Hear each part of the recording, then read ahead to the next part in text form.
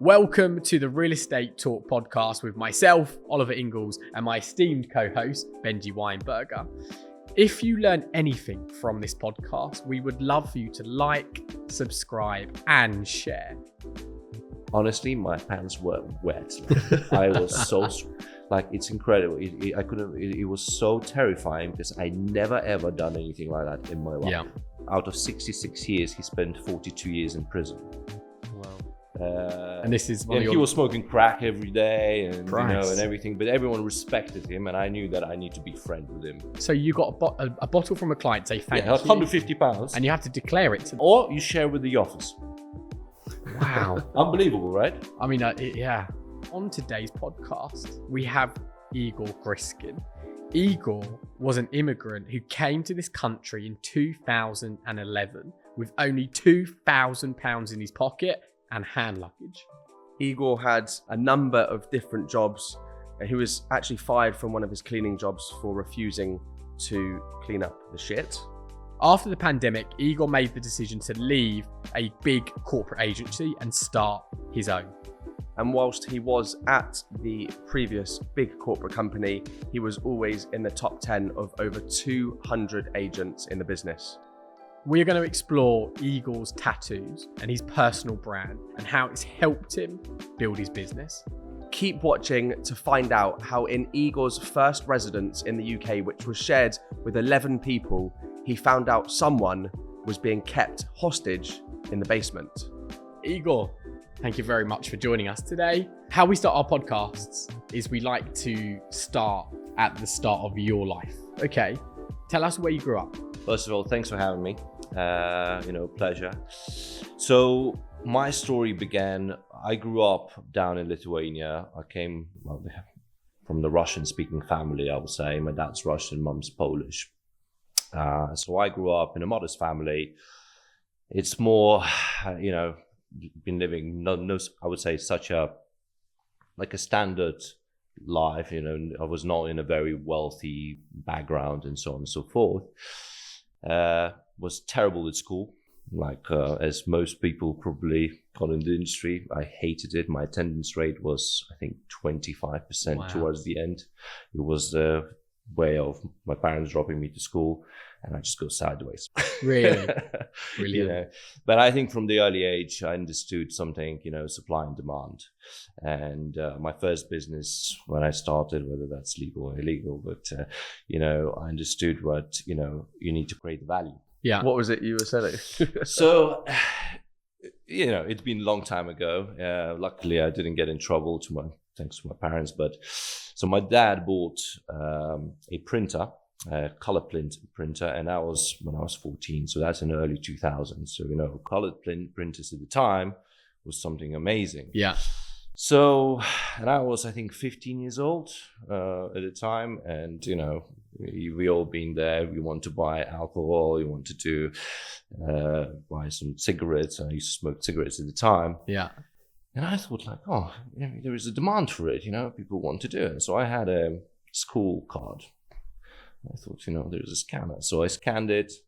I copied on a Photoshop, and I studied a bit of a Photoshop and stuff. I liked kind of IT side. Yeah. Then I started doing things. I bought a laminate machine and everything, and I started doing some, IDs, school IDs. Okay. For people to, and I made some good money. What, fake IDs? Yes. For people, basically, Yes. to go and get, yeah. For my schoolmates Yeah. to start with, and then there was parallel classes and stuff. So I've probably done maybe 50, 60 of those. Did you really? And when you're 15 years old, and it was like a pocket money. Of course. Yeah. And for me, it was, I remember when I got called by my parents because I was stupid enough, to go and buy some nice clothes. And then my dad was like, surely he's selling drugs. And I'm like, and then I said, and he did not expect that I will bring some kits and laminate and this and that. And I was like, oh.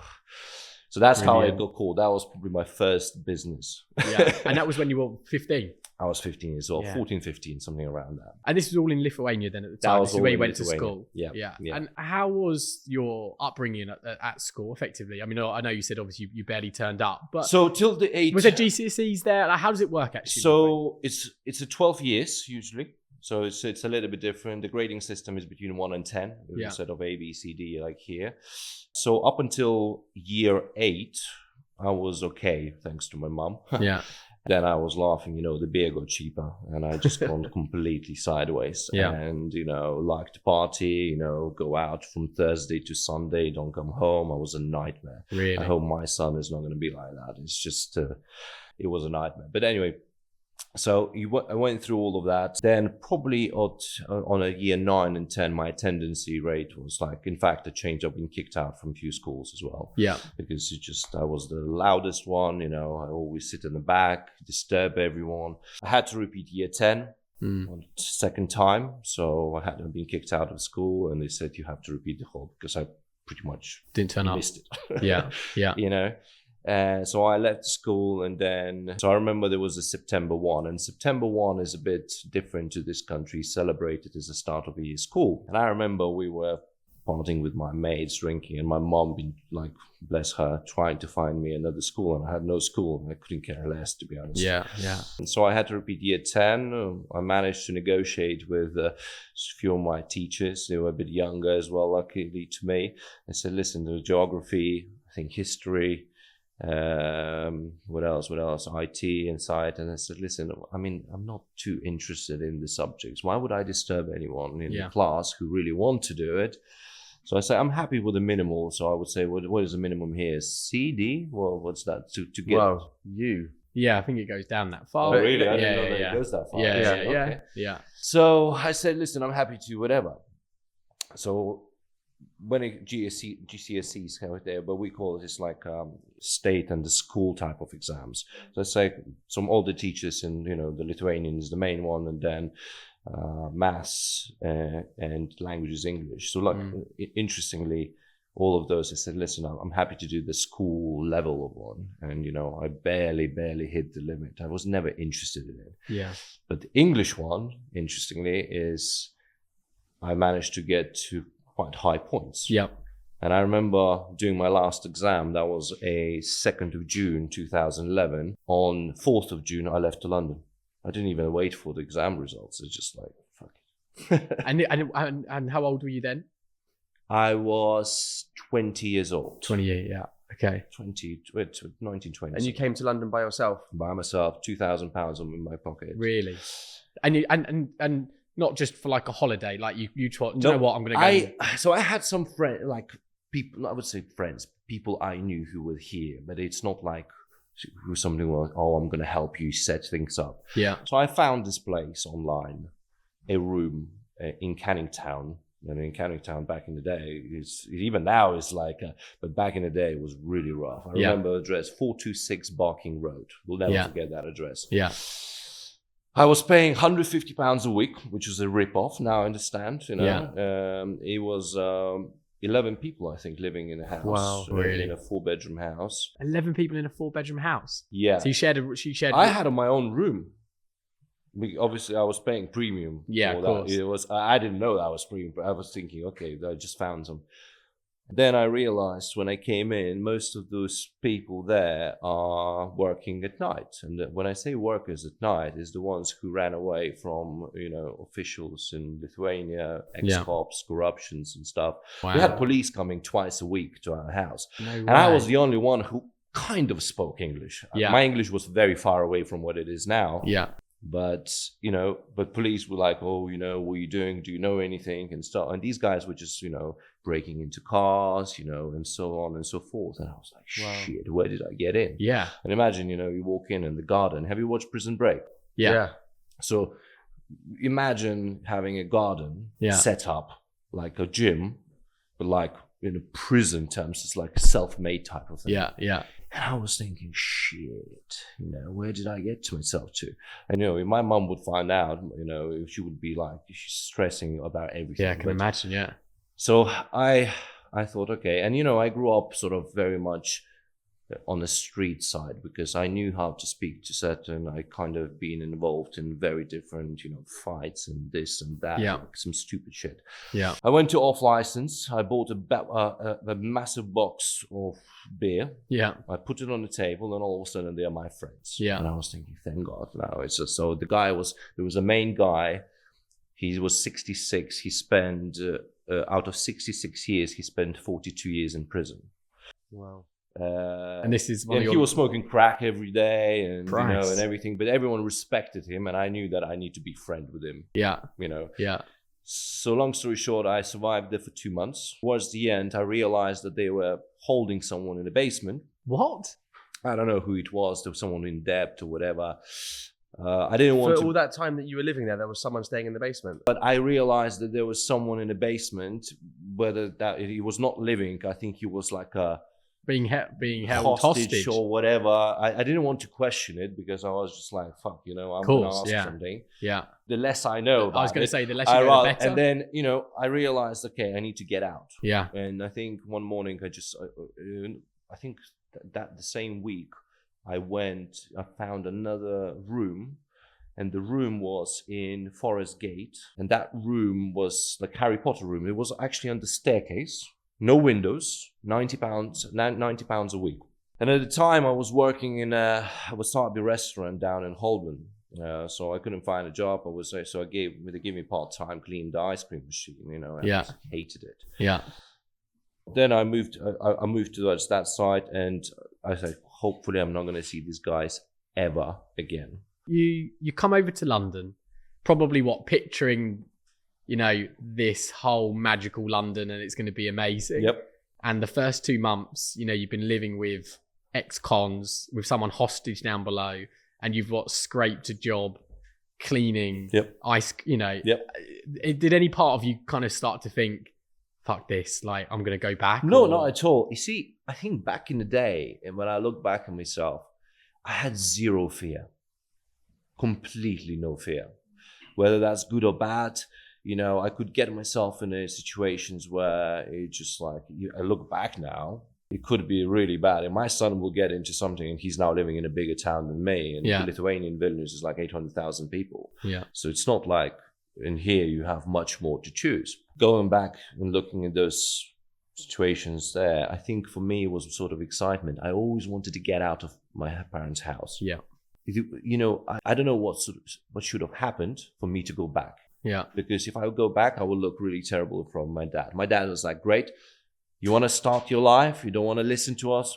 Off you go. My mom was obviously crying. I remember in airports, I was with a little luggage, with the flip-flops and the shorts. I remember that I had £2,000 in my pocket. It was really tough because first 6 months, I was making, I think, about £200 a week. Yeah. And pretty much everything goes on rent. On rent, yeah. And then I got fired 5 months later because I refused to clean someone's shit in the toilet. And I was like thinking, fuck, it's like, and then I didn't have any money, and I didn't want to ask my parents for the money because it was just a sort of like, okay, they were right, I was wrong. Yeah. So I was remembering Holborn, I couldn't even travel to work. I didn't have money for it. So I was jumping through the barriers just to get from point A to B. It's a kind of survival thing. But, while I was there, I joined LA Fitness. And in fact, I was watching your podcast as well. So I joined LA Fitness. And I remember, to work there? No, just as a member. Yeah. So I started training, and I saw advertisement, membership consultant. And, I didn't even know what it is. For me, it was absolutely, no matter what job is, I'm sure it's better than cleaning someone's, shit in the toilet. Yeah. Yeah. So I said to reception, I would like to, to apply for it. And my English was so broken, you can't even imagine. It was like, it's incredible. So then I get a call, and they say, yeah, come for interview. And the interview was like a group interview thing. And there was 4 guys, all native speakers. And I was like, no fucking way I'm getting this job. It's like I barely speak English. Like, what am I going to do? And the area director, I hope maybe she'll watch at some point, Natalie Burnett, she somehow saw something in me. And she gave me opportunity. I was so hungry to do something because I just needed to work. Yeah. And she was like, Igor, do you know this job will be 55, 60, 70 hours a week? I was like, I don't care. I just need to make money. Yeah. Anyway, 4 days later, I get a call. We got a job. How exciting. This is in Waldorf, LA Fitness. Now it's Pure Gym. In fact, in Hollywood as well. And I also remember, that's incredible. When I started, I've been there for about 2 years. They moved me to Canary Wharf in West India Keys, a massive site. Yeah. And I remember that first 2 months, my general manager, Liam, also will never forget him, he took myself to the office and he said, okay, sit in my seat. I was like, okay. Now, we see those numbers and it's cold calling, terrifying. Yeah. Call them. And I'm like, what do you mean call? I said, call them. So what I'm going to say. It's like, invite them for a trial. Yeah. Honestly, my pants were wet. Like, I was so, it's incredible. It was so terrifying because I never ever done anything like that in my life. Yeah. And your English wasn't amazing. Oh, it was nothing. I studied privately back home, but there is no practical side. Yeah. When I came here, I stepped in Victoria Station. There was an Indian lady. I was asking how to get to Canning Town, and Indian dialect was like, and I was like, shoot, I don't understand anything. Yeah. Yeah. Going back to LA Fitness days, so this manager again, he said okay, so this week you need to do 10 sales. I was like, where the fuck am I going to get 10 sales from? Yeah. And they had those promotions back in the day, join for £1 type of thing. Yeah. From yeah, these of things. course, It's I remember those days. all those days, and yeah. And I'm like, fuck, how can I flip it? I need to survive, it's like, it's still opportunity. So I call all my mates and they say, listen, join for £1. There's 2 weeks cooling off period, they just, make it happen. You just join it and that's it. So I think that week I done 14 sales. Nice.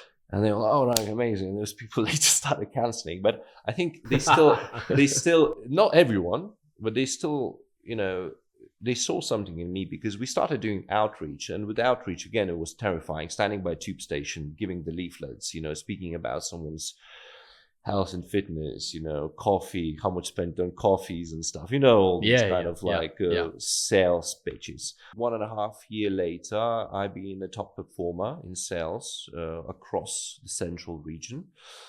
And then I realized, okay, I'm good at it and I need to step up.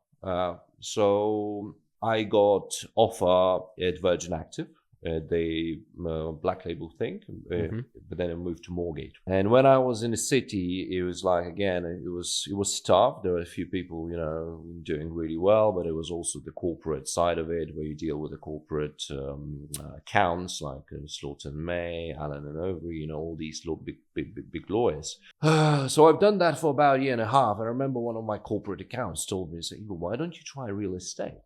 I never thought of it, honestly. It was just for me like, it's interesting, and I only seen in East London at the time, and I was living in East, there were several, Morgan Randall, there was some like Atkinson McLeod, and I was thinking some of these guys look scrappy, I started applying for the jobs, and that's how I came across Foxtons. Yeah. I didn't know who Foxtons were at the time. I was like, I saw they all over the London. Yeah. So I thought, okay, this is interesting. It seems to be very smart, all these minis and stuff. And I was like, okay, why not? So I applied it. Rejection first week. They said, come back in 6 months. Applied on the second week. They say no one responded. Applied on the third week. No one responded. On the fourth week, the guy called Chris Hayward. I will never forget him as well. I get a call, and at the time I actually was already transitioning to leave Virgin. I already set my mind, I need to get there. Yeah. And I get a call and say, come for a group interview. Mm-hmm. And at Foxtons, what they do, they are fantastic, how they create this sort of way of this is some sort of like a big forum. You've got 50, 60 people. It shows you the car targets, Mercedes, Porsches, Ferraris. You can get this, you can get that. And I remember coming there, I was in an oversized suit, the guy in early 20s, it was just okay. And I also was shaved. Yeah. Bear in mind, it was nothing. Really? Yeah, it was. Yeah. So I was in an interview and they started giving us there was 4 people who were interviewing everyone, and we had to be in a group, and whoever comes to those 4 people, essentially that's how interview was conducted, not like you do one-to-one. So I knew that out of all 50 people, I needed to grab one of these people and speak. And there were area directors, there were sort of managers, and you kind of had to go and just show who you are. So there's 50 people in the room. About it. And 4 senior members of staff, effectively from Foxtons. And you're all just mingling. Yeah. And out of that hour, they're going to then make a decision. Yeah, so you 5 minutes there, 5 minutes there, 10 minutes there, and explaining why you do this and everything. And then after that, they sort of, from 50 people, they push like, I don't know, maybe 10. Wow. 15. Okay. You know? So speed dating. It's kind of, yeah. So you felt that you had to obviously get in front of these I knew people. that. Like it's because you see everyone, most people were native speakers as well. Yeah. So I was always sort of putting myself in doubt that my English was far from good, and I thought like I was not good enough. But I always had the drive and personality and character behind, and for me it was like wheeler dealer, let's do this, let's do that. And then I went to speak. After that, the next stage was with the recruitment manager in-house. After all that, about a week later, I was so pissed. Like it was summer, July, and I was so pissed. I was drinking alcohol at the time, and I get a call and say, "Would I like to offer you a job in Shoreditch office?" Yeah. And I was like, "This is amazing." I got so pissed that night. I think I recovered only 2 days later, and it was like amazing. I thought I got it, So they got me into Shoreditch, and it was amazing. It was kind of like. You've been dropped into a fish tank full of sharks. Everyone, obviously, everything's commission based. Yeah. Everyone will fuck you over for anything, pretty much. You have to be so resilient and like sit there and do what you need to do. And my manager at the time, she was actually great. She was pregnant towards the end of her pregnancy, so she was very moody. She was giving shit to everyone, like, and making you call. And as you said, Benji, I remember watching your thing where made someone to call, and I called and the room silent, everyone listening to you. It's so like embarrassing, even though I had some experience from the gym membership sales. Yeah, but still, you don't know what you're talking new industry about again. What you were saying, or you need to book an applicant to see 4, 5, 6, 7 flats, and then they said to me like, "Oh, we're opening a new office down in Wapping. And it's a brand new team, do you want to take over?" And I was thinking, Wapping's a great area. I didn't know at the time it was very nice by Tower Bridge. Warehouse conversions, cobblestones, beautiful. Yeah. So I've done almost 3 years there. And within those 3 years, I've been consistently sitting at top of the tree. So Foxtons, what is that? What is top of the tree? So Foxtons had about 220 negotiators across the company. Okay. And top of the tree, so it's all about the averages. So whoever is 20,000 average, and I'm in rental background, so I started in rentals. Yeah. So 20, 30, 40, 50, and more averages you have, the better cars you get, the better commission. Between 10 to you can go up to 20% out of the fees you make for the company. And, I was always like, okay, so I get a car, I get a phone, I get a laptop, I get a database and tons of keys. Like, you just do whatever you can. And you can also do deals everywhere you want to go. Yeah. It's not like Knight Frank, they split the fees between offices. No, yeah. And I was sitting there thinking, okay, so I got the database, and we used to call it raiding as well. Yeah. So I could used to say, okay, I want to raid that office, or Canary Wharf, or London Bridge, or West End, or Pimlico. So I've been super proactive. I was going from Wapping to Canary Wharf, from Canary Wharf to Park Lane to Kensington, Wimbledon, went all the way to, I remember I was seeing this beautiful sort of semi-castle down in southeast. It's by Bromley. Basically all over the place. But for me, it was like, okay, you give me tools and I'll be there. But most agents, and the native ones as well, because they're taking things for granted. They're just like, oh, I've got a job, but I'll stick to my postcode. Yeah. Okay, so I've got a question. So we've got to where you are at Foxtons, and we're going to dive deeper into Foxtons, and then obviously your next step going independent. But from your journey, I'm hearing a lot of hunger, ambition, whether it's financials or to win, to kind of be the best. Where do you think that stems from? I think it's a very character trait. I think I always seen my dad doing. My dad always been in business himself, in metals and like various different things. He was still going through the life, but he always was entrepreneurial rather than working for themselves. So I've always seen that you should work for yourself. Look after your family, and I'm lucky, grew up in a full family. You've got two brothers, one of them working in also industry. But it always was a drive, and I don't think sometimes it's not even money side. Money was in the beginning. I think more and more I find it's about problem solving, because I get this adrenaline rush when you tasked to do something and you find a way how to do it. One way or the other, because we can't know everything, but we can find out how to do it, whether it's speaking to someone else or nowadays, asking internet, Google, ChatGPT, whatever. So it's really interesting because we've had someone else on the podcast, and also my story and Ollie's story in terms of the schooling and the education system, I don't think sets people up for that problem solving. And it's interesting because a lot of similarities with these people who are perhaps in a sales environment or entrepreneurial, the box of school and that journey, they just don't fit in it. No. And you obviously didn't. You had 25% attendance. It's just maybe something needs to change with the education system of how they set people up for life for that problem solving. So my opinion on a education system is, you're absolutely right, it puts people in a box. The education system and the government system is set up this way. They want you to learn a lot of unnecessary stuff, which essentially you don't really need in life. I think you would need in life is, math, plus, minus, divide, time, percentage, taxes, and people skills. Yeah. I think that's the most important thing. Yeah. Everything else is learnable, but if someone is an artist, he will never be a mathematician.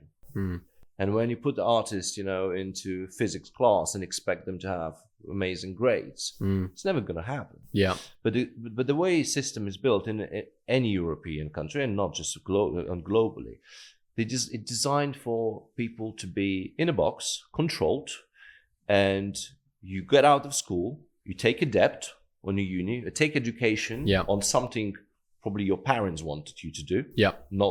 And I've seen this many, many times. And they're afraid to tell the parents off that they don't want to do that. And they do it. They spend years and years doing something. And don't get me wrong, university is great if you know what you want to do, if you go to medicals and stuff. But if you don't know, just doing it because your parents want to do it and get out of uni with a massive debt, I think it's mind-blowing. Yeah. So do you think, and as someone who, well, all three of us have gone into the corporate world and then come out and gone into the independent world, do you think going into a corporate company, not just in real estate, I guess in general, is just an extension of the education system? And as far as you go into a big corporate company and you have a box that you stay in and you're just told what to do? Yes, I think generally speaking, the best university is University of Life. So you go do whatever you think is the best. For me personally, I never had love for property, but I always had love for people. I've always been, you can ask anyone who I've been in school at, I was the one who's always been chatting a lot. Yeah. Like, constantly. My teachers couldn't cope with it because I was just talking. And I realized, okay, this is just something. So I had people skills. I could find the conversation with anyone, whether you are criminal, whether you are very down to earth and closed up. I will always find a way how to, build a relationship. Yeah. And I think that's the most important skill, skill, because you can know a lot of different things. So coders, IT guys, and they don't know how to talk to people. Yeah.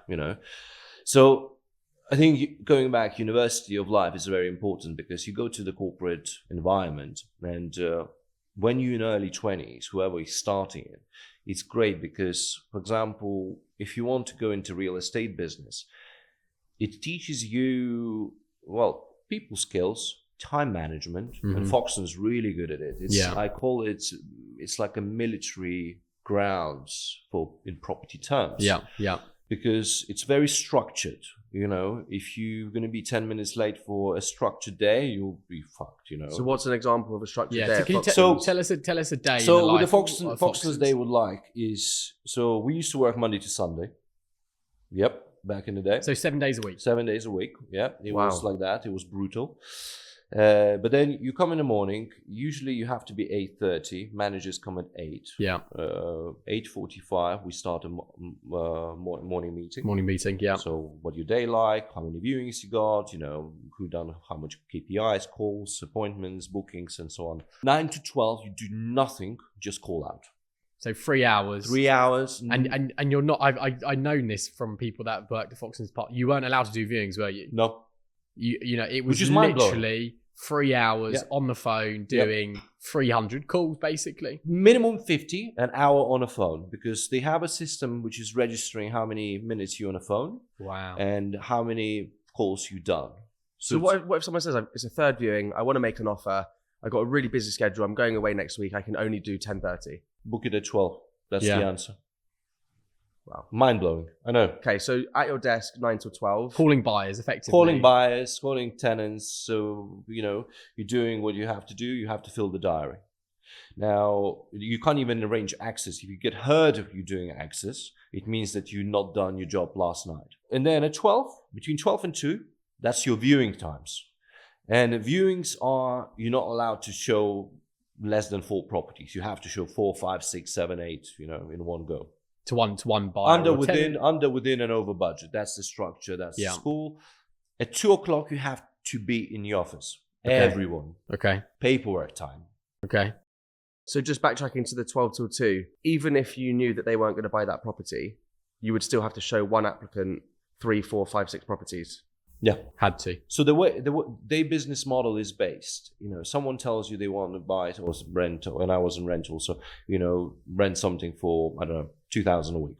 You will show them up to 3.5, Mm-hmm. 4.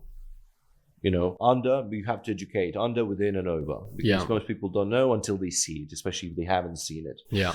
So you show them, and then you make them, and some people get pissed off that you're showing them something expensive, but you requirements to requirements, not price to price. That's Okay. just the standard thing.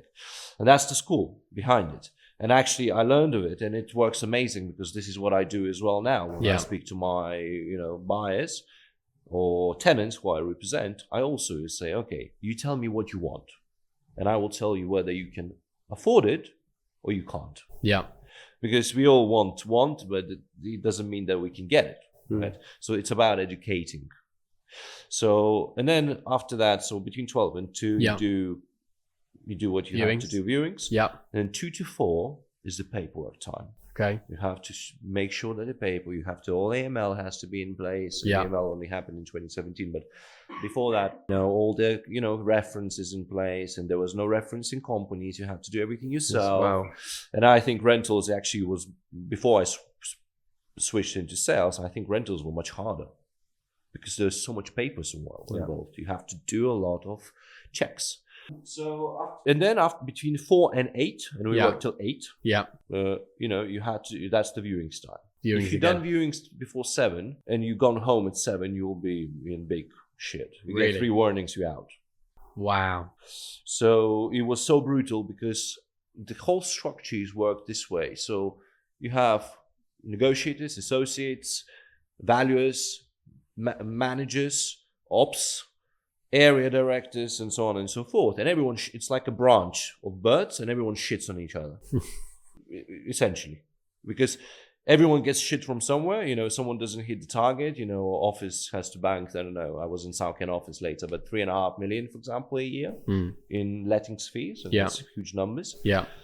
And everyone was just like, it was so micromanaged. And I think at certain point, I think when I moved to Fulham, Parsons Green, and I joined South Ken office, which they golden seat. I remember really well that, you know, I've been doing big numbers, you know, consistently making good. You had all kit all the cars, you had a nice car, you know, and this and everything. But you're as good as your last week. As soon as Monday morning hits, they treat you like you just started. Yeah. And that pissed me off, really, like, because I was thinking, okay, so this quarter you done, I don't know, in lettings fees, 200K, and that's a lot. in lettings, you know. They treat you like you've done nothing. Just reality. And then I realized it's like a hamster in a wheel, you know. Yeah. You're doing the same shit every day. You know, the definition of madness where you do same shit every day and expect different results. Yeah. You know, and then pandemic hit. And I already had a first child, my first son, and then my second was on the way in 2020, April, right in the peak. Yeah. In 2020, I got, I basically started thinking, okay, I cannot rely on a single source of income. You know, I have a family, a second child on the way, my wife doesn't work.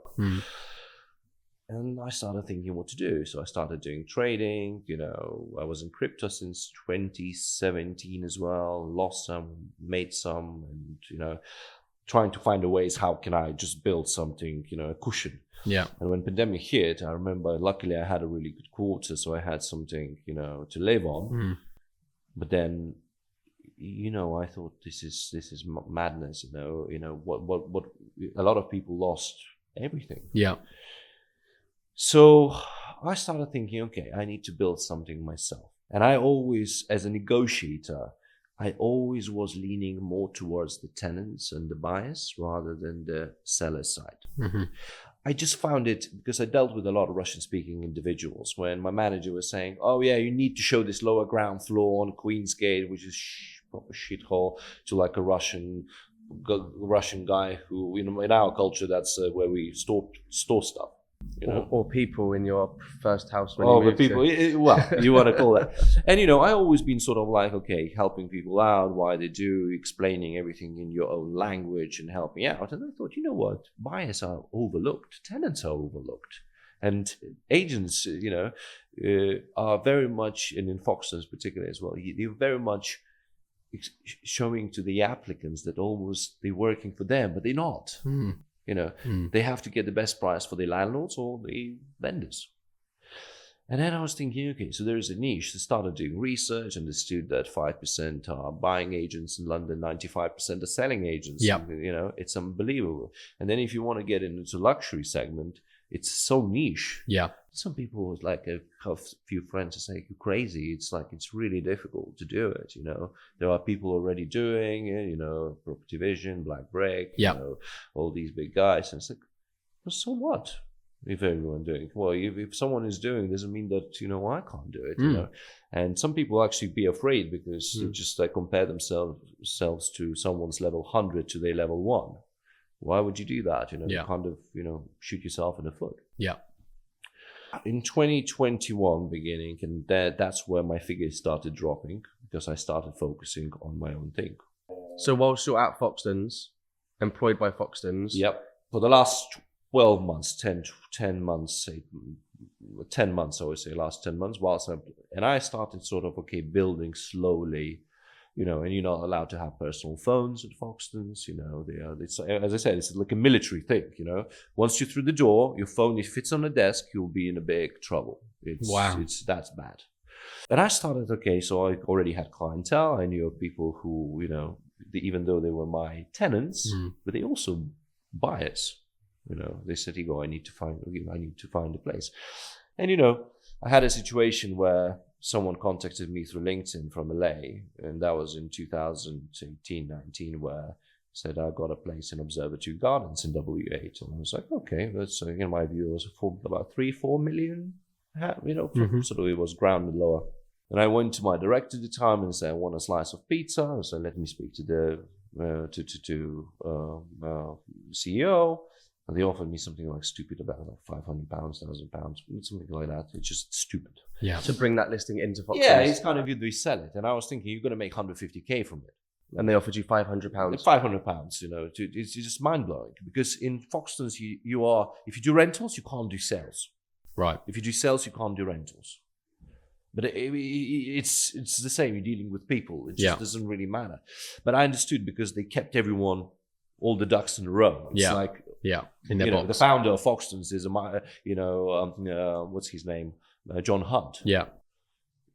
Ex-military chap. Yeah. So it's It's proper literally military. like that. It's literally like that. So I said, fuck this shit. I'm not going to go back. I'm not going to go to these people anymore. Why would I? You know, they don't want to look after me. I'm making them money. Yeah. And so I had people coming to me and say, oh, you know, I want to buy something. I want something for this. And I started learning the trade. You know, how to do it, you know, price per square foot, you know, development, exit, GDVs, and so on and so forth. And then I started doing deals already whilst I'm at Foxtons. Yeah. So, you know, and the Foxtons, you had to declare everything. Even if you get a bottle of, I remember I got from Russian clients, really nice bottle of Porto. I came to the office and my manager, you have to declare it. What, so you got a bottle from a client, say, thank you. £150. And you have to declare it. Declare it. Or you share with the office. Wow. Unbelievable, right? I mean, yeah. So that's why, you know, you in a tank of sharks, because everyone is brainwashed in the system, and some of them been there for 20 years, 30 years. They don't know anything about a Foxtons, because in Foxtons, you are in one environment. You go to the same parties, Christmas, trips, you know, Monaco, Ibiza, wherever you are. You spend there from early morning to late night, weekends. There's 7 days a week. Well, they stopped 7 days later, but they stopped in, I think, 2017. They became softer. Yeah. They removed that you have to shave every day, and previously you had to shave every day. Yeah. So every day. If you had a beard, you wouldn't get a job. Wow. So you had to shave every day. I remember they sent me downstairs, so I had a 1 day. Yeah. You know, it's painful to shave every day. Yeah. And the downstairs we had like those single blades, you know, terrible ones. What? And I remember I was and I was bleeding, like, you know. They told you to go downstairs and shave. Yep. Oh my God. Yep. For the girls, high heels, must. Walking from all viewings, you know, it was a must. They got softer now because there was a lot of human rights and all that kind of stuff. It was so aggressive. Wow. It's like, but in saying that, it still teaches people to have a grip and be very straight and always sort of think very clearly, and, you know, discipline and time management. A lot of people, if you survive in Foxtons for a year, you're set. You're set. You can do any job. Yeah. After that, you can in any property. So I got friends who went to Savills, Knight Frank, KFH, and everything. They felt like they lost their arms because there's not much structure in place. You do what you need to do. And type of thing, like an adult version of it. So they felt like, oh, you know, and then paperwork got off the rail, this gone off the rail, and so on. So I think it's not bad if you want to start and learn the trade, but I don't think it's a long term. Did you enjoy your time at Foxtons? I loved it probably first 5 years. Because I mean, you were there a long time. Yeah. I love the money. I was making probably 120 a year. Got the cars. Got this. And, you know, for someone in their 20s. Yeah. It was amazing. Yeah. You know, suits, you know, buying a nice suits, learning from other people, you know, nice ties. Then I understood kind of like, okay, this is interesting. But then later you understand that, okay, they create this culture. They give you a car, and the car, anyone can lease it. They pay you 10% to 11%, 12%. And I was thinking, it's not enough. Like, you want to retain your people, you know, and that's why best people leave. You know, they understand the concept behind it, and it's like they take all the clientele and they just move on. That's what I did. Yes, 100%. It's 100% a cult, because a lot of things what's happening within the actual walls of Foxtons is very much like, there's a lot of things I never understood. You know, we all seen some Bloomberg sites recently and everything, but you know, I don't want to go too much into that. But all of that, I've seen it. I'm not siding on men's side or women's side. It's on both ways, usually mix up. But but overall, is a cult. Yeah, they do it really well. They brainwash you basically because you don't know different. You don't know anything else outside Foxtons. When I left Foxtons, I got gross misconduct. They started suspecting me for doing the business on the side. And spending time out, you know, within the working hours and outside working. I was helping a developer at the time who became my mentor and my first private client. Who gave me capital to build, you know, which I'm very grateful for. But they realized that because my figures dropped, you know, I was 40, 50K average neg. a month. And when I dropped to 30, which I was still above most of people, but that's greediness. I was like, oh, he's not doing what he was doing. What's happening? So I started, I don't want to do viewings in Chelsea Cloisters or, all these kind of little shitty things. It's just like boring. Yeah. I didn't, but that's your job. And I understood, obviously, from company perspective, I understand that's your job. And then they say, oh, you shouldn't be doing, helping someone with developments and contractors. And I said to my director at the time, but you all do that. All the area directors doing their own development things. Why I can't do it? It's just... So a lot of the stories that we've heard and our stories have been a kind of black and white in terms of you leave the corporate and then you go into the brokerage model. With lawyers, with other people, there's kind of been a line where they've just drawn it. But obviously you had a kind of interim period of whilst you were there of kind of mentally and emotionally perhaps checking out because you're already starting to build your own thing. So usually we ask people, how was it the night before, for example, you hand in your notice, but it sounds like you were kind of already I was not handing so my far notice. ahead. I was still afraid of getting out of my comfort zone. And most people are. When you're in a comfort zone, you're getting salary coming through. Of course, yeah. And they pay you a salary to forget your dreams. That's how I see it. Yeah. So when I got gross misconduct, so they started giving investigation. And my area director, who I thought was my friend, night before we were drinking pints and everything. And then he threw me under the bus. But that's what I mean about, you being in a tank full of sharks. Yeah. No one gives a shit about you. Everyone is looking for them all for themselves. Yeah. Throws me on, launches massive investigation on me. They figure out there's a company housing account was already open, but so on. And then I said, listen, there was no conflict because I was never stealing landlords or vendors because I never went towards that direction because Foxtons is a selling and renting landlord stuff. So they say, well, you shouldn't be doing, things on the side. You just put you in a box and so on and so on. It's okay.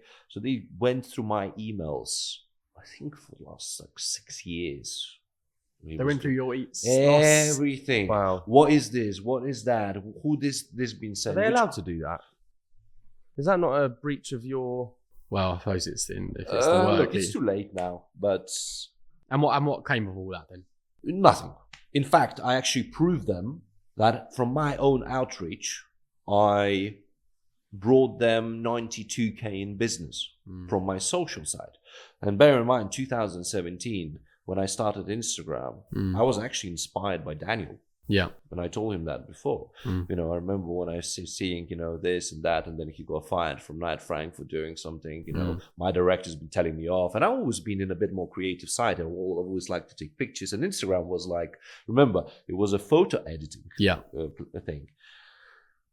You should have to take it down. You can't do this. You can't do that. And so on. And I'm like... So they said to you, you can't use any social platforms whilst you're working at Foxtons? Yeah. So they're creating this sort of rule, but it's not in my contract. There was nothing in the contracts because no one even thought that social media are going to evolve in this manner. Yeah. And I was like, oh my God, these guys are just putting you in a proper box. They don't want you to go and expand. And I'm very much networking. If I want to go to the client, I want to go for lunch and build a report and, and so on. You're not allowed to do that. They look at stupidly, purely numbers. It's just a numbers game, isn't it? You are number. Yeah. Number. That's it. How many viewings care can you do? How many viewings to do? What's your closing ratio? How many calls you done? How many appointments you booked? Those days are gone. And when you start arguing and being that rebel within, and I've always been rebel, not just in corporate environment, it's school and life and everything, because I always questioned things and I always common sense. Yeah. We are in the people's service business. It's all about people.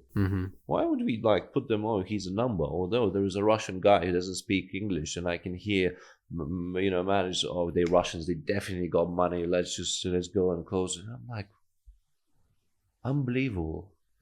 For those younger generation out there now wanting to get back into the business, or they might be working at Foxtons at this moment in time, what is the one nugget that you would want to tell them?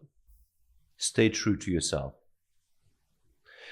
Don't be afraid to be who you are, because once you once you start evolving as a personality, a personal brand, and who you are, because people work with people, not what your corporate logo looks like. Yeah. You know? Yeah. They remember you. They don't remember anyone else. So if you know that you're good at something, just go and get it.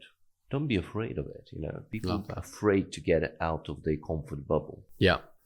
But usually, once you get out of the comfort bubble, that's where the growth. Yeah. Because once you do something which you're not comfortable doing, like Michael Jordan said, you miss every shot you don't take. Yeah. So take it. 100%. Don't worry about what's going to happen 5 years down the line. If you see the next step, take it. Love that. So you are now running your own independent business, which I have to say is, from what I see, going very, very well. There are so many things. I mean, we've been speaking for a long time about your journey because it's just an inspiring and an incredible journey. So I think we'll just go through a couple of topics and kind of just spitfire. But one of the things that I've noticed recently is your social media. It has gone to new levels. The editing, the content. Is that something you're doing? Is that something you've invested in? Is someone helping you with that? What does that look like for people who also want to grow their socials? Everything you see on my, including website, including most of the videos, I do it myself. This is my creative side. The only videos which I'm not editing is the ones which I'm talking knowledge based. Yeah. Because it's more about volume. But videos which are a bit more, dramatic, which are a bit more, some reels I do and stuff. It's just a creative way of me to express myself. I like it. It's not like, I find it very fun to do. Yeah. Because I've been editing videos since my first son was born. I made a sort of a pledge from the day we had a delivery. I've been filming every single step and every year. So now he's going to be 7. So we already got 6 movies between 2 to 3 hours. Wicked. For them to look back. I love that. And everything. So imagine you're watching 2022. Yeah. And there's 3.5 hours. It's like an Avatar. Yeah. That's brilliant. So I gone into that. So this is just my hobby. I love that creative side of it, and because it's all about through how we see it, how you express it, through the content, the colors, the transitions, and so on and so forth. So most stuff you see online and what I do, my website, I've done it myself, but I have a background on website development. It was more like I knew how to how I'm trying to express myself in a digital environment. Yeah, I love that. And are you getting business from it? So far I got 1 lead already, which is good. So that's paid off because consider we work on the high tickets. That's for rentals. Yeah, so it's great now. Consider market is very shaky. It's good for cash flow. But it's a game. It's a long-term game. And I'm still very uncomfortable doing it. Believe me or not, it's terrifying when the camera is on. Yeah, talking about it. Scripts and stuff. But again, discomfort leads to growth. Yeah. So when I made a decision, okay, I need to do it. So I got a team. They're based in States. They scripted, they posted. They, all they need to do is just to film. Yeah. And I think I'm getting better. Yesterday we done March batch, so we do everything in 1 day. Okay. Wow. So you film all day? 20 reels in 1 day. Wow. Yeah. So I can't do it every day. It's just too much of it. So 1 day, done it, 20, they edit it and they post it on all social platforms for me. And then I post 10, 15 myself. So I try to do 1 post reel a day. Nice, and about 5 stories a day now. I love that. And so before you touched on that you do a lot with Eastern European and perhaps Russian speaking clients, obviously very hot topic over the last couple of years. How's that been for you? And I'm not suggesting you've pigeonholed yourself down that route, but how has that been? To be honest, it's not disaster. I lost a massive pipeline back in March the 6th when the budget announcement happened. I had about £18 million pipe that all collapsed with the trust, non-dom abolitions and all that, we know capital gains and so on and so forth. But I have a lot of these clients who still got children coming here to rent, looking to buy, and they're not necessarily from Russia. They're from Cyprus, they're from someone in Italy, someone in Austria, someone in Kazakhstan, someone in America, someone not necessarily involved in all the shit show what's happening at the moment, but politics is a dirty thing. But yeah, it was affected. I wouldn't say it's like, wow, I'm flying. Yeah. But at the same time, the best things happen in the worst markets because it gives you time to take it slowly. Yeah. Because if you would start in 2014 when everything is just flying around, yeah, it's overwhelming, So Yeah. now I have time. I have time for marketing. I have time for Yeah, no. establishment. I have time for networking. I have time to, spend with my children, which I think is most important thing. Yeah, I love that. Because the last thing I want to do is, and this is one of the reasons why I hated Foxtons, I leave at 6 o'clock in the morning to go to the gym. Yeah. I come at 8 o'clock. My kids are sleeping. Yeah, So yeah. it's like I don't see them. And when I'm going to be 40, 50 years old, and if my children don't want to spend time with me, I think I failed. Yeah. Let's just do. I love that. So, your tattoos. Everyone knows you for your tattoos. Has that had any negative, implications on the business that you've done? And what are the positive implications that it's had? Look, negatives, you can't be liked by everyone. Yeah. And that's okay. Those people who find it offensive, I would have done business with them anyway. I think, we don't click as a personalities and so on and so forth. The current clients and the new clients, which I had recently, actually, someone said to me last week, you're not what I expected. Yeah. And, I love that because, again, coming back to putting things in a box, and that's why I say, stay true to yourself. We all go out there and you see a lot of people suited and booted, but they go back home and they are artists. They are creative, they're painting, they like very... Yeah. And then I'm thinking, so if you're not really true and you just go out there just because you need to make money, people actually sense it. And once I've started being, dress how I want, how I actually go out with my friends, with the club or whatever, people actually found it they're a bit more, the guard is down. Yeah. They became my friends, they see I'm a bit more edgy. Yeah. I don't afraid to say something which is perhaps not politically correct. Yeah. But I'm just human like everybody else. And everyone going out there and, they're afraid to say something because what if they're going to think something bad about me? So it's all about perspective. So the sleeve, and just looking from the ink, that looks like you've had it for a bit longer. So this is 2013. 2013. But a sleeve, and correct me if I'm wrong, I don't have any tattoos, is easier to hide. Yep. But what you've gone for on your neck, it seems like you've perhaps gone for a statement. Yes. To say, this is who I am. That's correct. I think... Because you can't hide that. You can't. Yeah. So it was all in thinking in a project for a very long time. My next product I thought I'll do on my leg, but my wife said, listen, I think the neck would look good on you. And, it's good when your wife is actually in line with how, rather than, no, you can't do this, you can't do that. And my wife is really cool, when it comes to these things. In fact, she just done herself quite a few tattoos as well, which is addictive. But, I've been asked many times to hide it, but you wear a shirt and, you can't see it and you kind of like, again, I'm not who I am. Yeah. So I'm hiding. It's like you're hiding yourself. Hiding myself behind a facade and, and then when I go and meet someone outside work, it's just something different. Yeah. So when I thought I'm going to do it, and all my tattoos have a meaning to me. So, it's, I have a koi fish, which is determination, which is only fish goes against the stroke. So always fight for it. I've got a phoenix on my chest, which is rebirth, where you always, if you can look up, you always get up. Yeah. I have a flower of life, which is a very deep thing, into spirituality. Yeah. I read this book, Ikigai, which is a Japanese way of living and stuff, which is your sense of purpose.